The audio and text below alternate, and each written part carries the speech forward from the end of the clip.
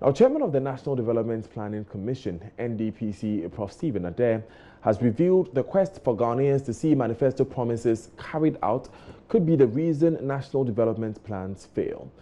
Speaking on the Super Morning Show a while ago, Prof. Adei revealed governments from the Gajasberg time have only succeeded in implementing only 4 of the many development policies. Listen to the details. 1951, when Nkrumah became the leader of government business, he followed a 10-year plan, interestingly. And that was under it. Most of the positive things were done, even though when we became independent, it was adjusted, there was a 1-year transition. But basically, that framework continued until 1960. And every Ghanaian can point to a lot of achievement during that period. Of course, he lost his way when we became a republic. I mean, a lot of, when I hear people talking about the 7-year development plan, it was just more or less one of good documents. Interestingly, it was prepared under the leadership of J.H. Mensah. Yes, J.H. Mensah was the secretary of planning. Small world. The 7-year development plan was actually the product of J.H. Mensah. Who later became minority leader and senior minister of the J. Kufuor government. Yes.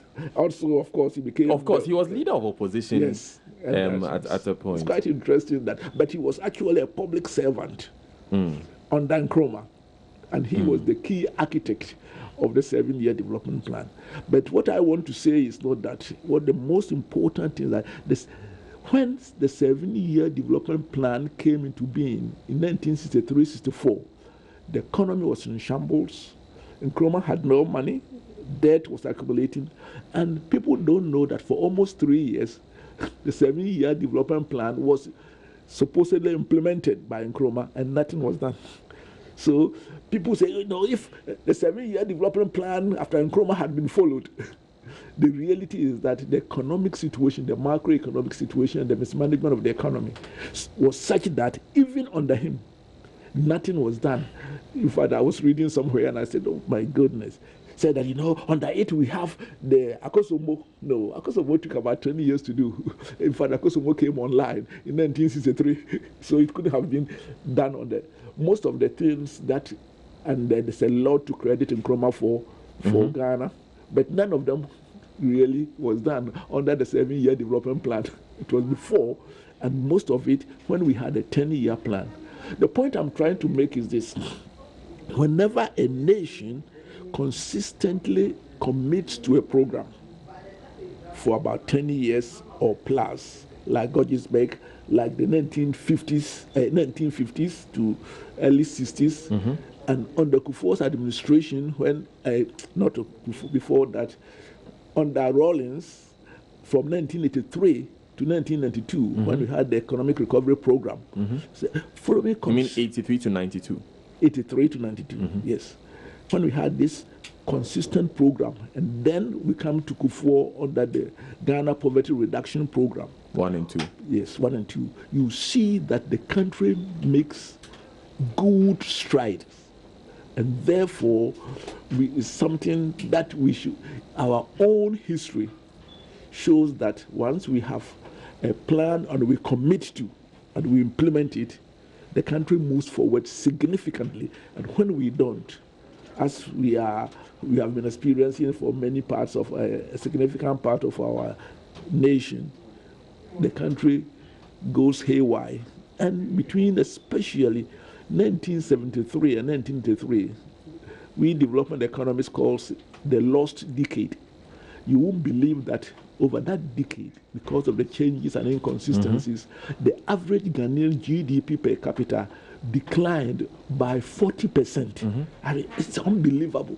And and there's no doubt that's what gave rise to these coups and interventions, because when there's economic future is not good, then it gives room for adventurists. But some still argue that there was massive infrastructure investment by some of those presidents, some of those military era presidents. Which which were the massive ones? The Snitz flats came in that era. The Snitz flats in most of the regional capitals came in. Is that a era. massive infrastructure?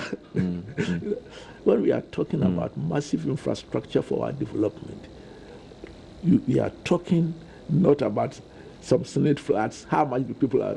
We are talking about changing the basic infrastructure of the country. But have we seen a housing investment post the Snitz flat era as large as that? The question is this: we are not going to house Ghanaians, that's my personal view, okay, by public housing projects. It's just meant for political gimmicks.